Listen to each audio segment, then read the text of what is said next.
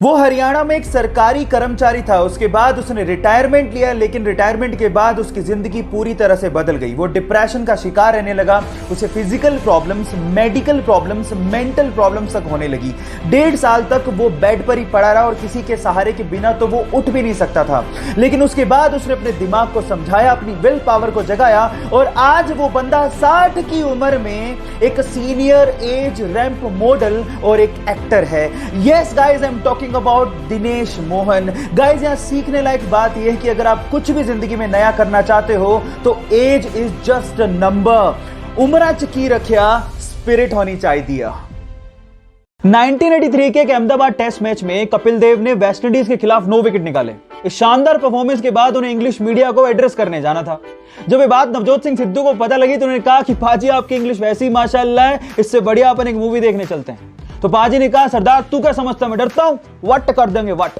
अगले दिन conference room में एक इंग्लिश पर्सन ने कपिल देव से सवाल पूछा, India has so much population, why India can not produce more Kapil Dev. तो पाजी ने बड़े प्यार से जवाब दिया, My mother is 62-year-old, my father is dead, we cannot produce another Kapil Dev. Guys, it's not about English. Remember, and mark my word, it's not about English, it's all about your confidence level. क्योंकि कपिल देव कल भी, आज भी और हमेशा हमारे लिए Indian cricket history के स्टार ही रहेंगे। गाइस, अगर आप बाइक चलाने के शौकीन हैं तो ये फैक्ट स्पेशली आपके लिए। क्या आपको पता है कि इंडिया में चप्पल पहन के बाइक चलाना गैर कानूनी है? जी हां गाइस, हालांकि हम इसे सीरियसली नहीं लेते, लेकिन ये बात सच है।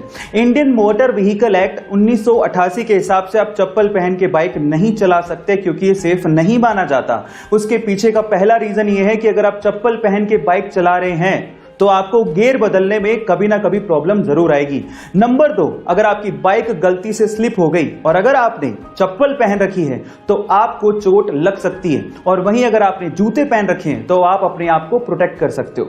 नंबर 3, जूते पहन के किक मारना भी बेहद आसान होता है, वहीं अगर आपने चप्पल पहन रखी है तो किक मारने में कहीं ना कहीं प्रॉब्लम्स आती हैं। है ना इंटरेस्टिंग फैक्ट? आपको ये फैक्ट जान के कैसा लगा चैट सेक्शन में लिखना मत भूलिएगा।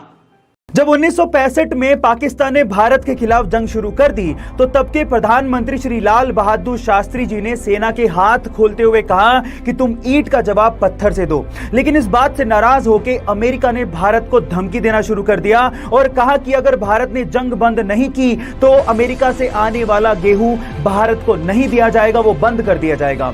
इस बात से लाल बहादुर शास्त्री जी ने सबसे पहले अपने रसोइये को कहा कि तुम अब से सिर्फ एक ही वक्त का खाना बनाओगे, और उसके बाद देशवासियों से अपील की कि वो अब एक ही वक्त का खाना खाएं, क्योंकि हम लोग एक वक्त का खाना खा लेंगे लेकिन यूएस की धमकियों के आगे झुकेंगे नहीं।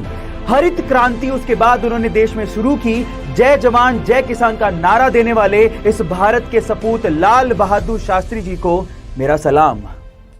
गाइस, लोग अट्रैक्टिव दिखने के लिए क्या कुछ नहीं करते, मेकअप, मेकओवर, आर्टिफिशियल साजो सामान का इस्तेमाल, लेकिन फिर भी वो इतने अट्रैक्टिव नहीं दिख पाते जितना कि वो एक सिंपल स्माइल से लग सकते हैं। जी हां गाइस, एक स्टडी के अनुसार ये सिंपल सी माइल्ड सी स्माइल आपको मेकअप, मेकओवर या आर्टिफिशियल साजो सामान से भी 3 गुना ज्यादा अट्रैक्टिव बनाती है।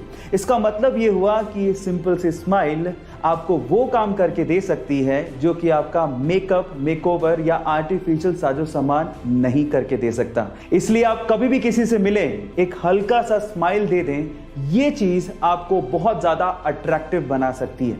गाइस, ये इंटरेस्टिंग फैक्ट जान के आपको कैसा लगा चैट सेक्शन में लिखना मत भूलिएगा।